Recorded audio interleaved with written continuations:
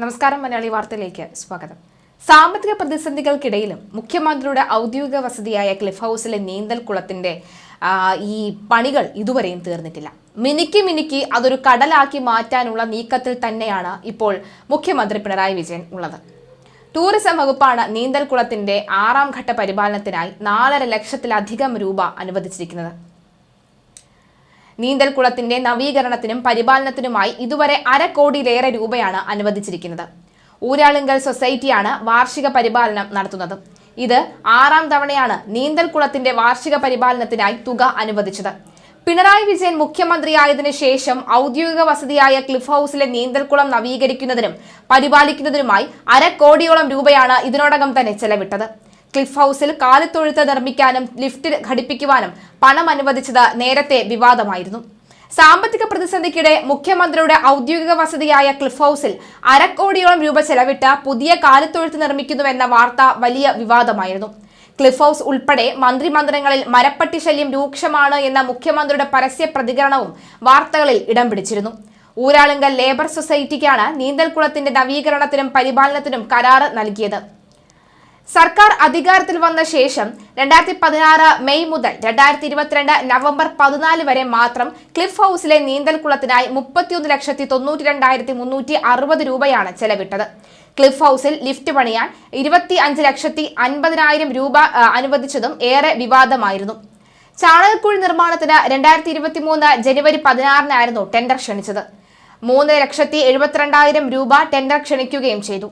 GS Suresh Kumar എന്ന contractor ആയിരുന്നു ചാണകക്കുഴി നിർമ്മിച്ചത്. എന്നാൽ പണി പൂർത്തിയായപ്പോൾ ടെൻഡർ തുകയേക്കാൾ 68,000 രൂപ അധികവും ചെലവായി. സെക്യൂരിറ്റി ഗാർഡ് റൂം നിർമ്മിക്കാനാണ് ഏറ്റവും കൂടുതൽ തുക ചെലവായത്, 97 ലക്ഷം രൂപ. ലിഫ്റ്റ് വെക്കാൻ 17 ലക്ഷവും ലിഫ്റ്റ് വെച്ചപ്പോൾ പൈപ്പ് ലൈൻ മാറ്റാനായി 5.5 ലക്ഷം രൂപയും ചെലവായി. 12 ലക്ഷമാണ് ക്ലിഫ് ഹൗസിലെ പെയിന്റിംഗ് ചെലവ്. 2 തവണയായി ശുചിമുറി നന്നാക്കാൻ 2.5 ലക്ഷം രൂപ ചെലവായി. എന്തായാലും നിലവിൽ സംസ്ഥാനത്തിന്റെ ഏറ്റവും കൂടുതലും ചെലവുകളുള്ള ക്ലിഫ് ഹൗസായി, ചെലവുകളുള്ള ഏറ്റവും വലിയ ഒരു വീടായി ക്ലിഫ് ഹൗസ് മാറിയിരിക്കുന്നു എന്ന കാര്യത്തിൽ സംശയമില്ല. നീന്തൽക്കുളത്തിന് പൊടി പൊടിക്കുന്ന മുഖ്യമന്ത്രി എന്തുകൊണ്ട് ആ കിടക്കുന്ന ആശമാർക്ക് അവരുടെ വേതനത്തിൽ ഒരു നികുതി വരുത്തുന്നില്ല, ഒരു ഇളവ് വരുത്തുന്നില്ല അടക്കമുള്ള ചോദ്യമുണ്ട്.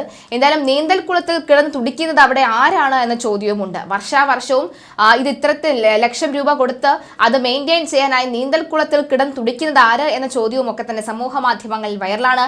പണ്ട് KK രമ അടക്കമുള്ളവർ ഇതുമായി ബന്ധപ്പെട്ട കാര്യത്തിൽ രൂക്ഷ വിമർശനമാണ് മുഖ്യമന്ത്രിക്ക് നേരെ പയറ്റിയിട്ടുള്ളത്. ആ വിമർശനങ്ങളിൽ ചിലത്: ക്യാൻസർ രോഗികൾക്കുള്ള ധനസഹായം ഉൾപ്പെടെയുള്ള ഒരു പദ്ധതിയും ഇപ്പോൾ ലഭ്യമാകുന്നില്ല. സപ്ലൈകോ നിശ്ചലാവസ്ഥയിലാണ്. തൊഴിലാളികൾ സ്വന്തം അധ്വാനത്തിൽ നിന്ന് അംശാദായം അടച്ച ക്ഷേമനിധിയിൽ നിന്നുള്ള പെൻഷൻ പോലും മുടങ്ങിയിരിക്കുകയാണ് സാർ. മുടങ്ങാതെ കിടക്കുന്ന ഒരൊറ്റ കാര്യമേ ഉള്ളൂ ഇപ്പോൾ ക്ലിഫ് ഹൗസിന്റെ നവീകരണം. അത് ദൂർത്താണ്, അത് കെടുകാര്യസ്ഥയാണ്, അതിവിടെ കുറച്ചു കാണിക്കാൻ വേണ്ടി പറയുന്നതല്ല.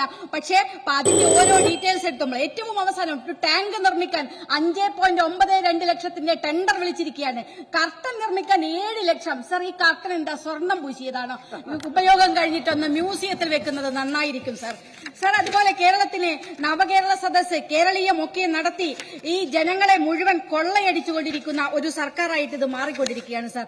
ചില കാര്യങ്ങൾ ഒരു മുടക്കവും നമ്മുടെ സംസ്ഥാനത്ത് വന്നുകൊണ്ടേയിരിക്കുന്നില്ല എന്നുള്ളതാണ് സർ. സാധാരണക്കാർക്ക് നികുതിയുടെ പല മടങ്ങ് വർദ്ധിച്ചിട്ടുണ്ട്.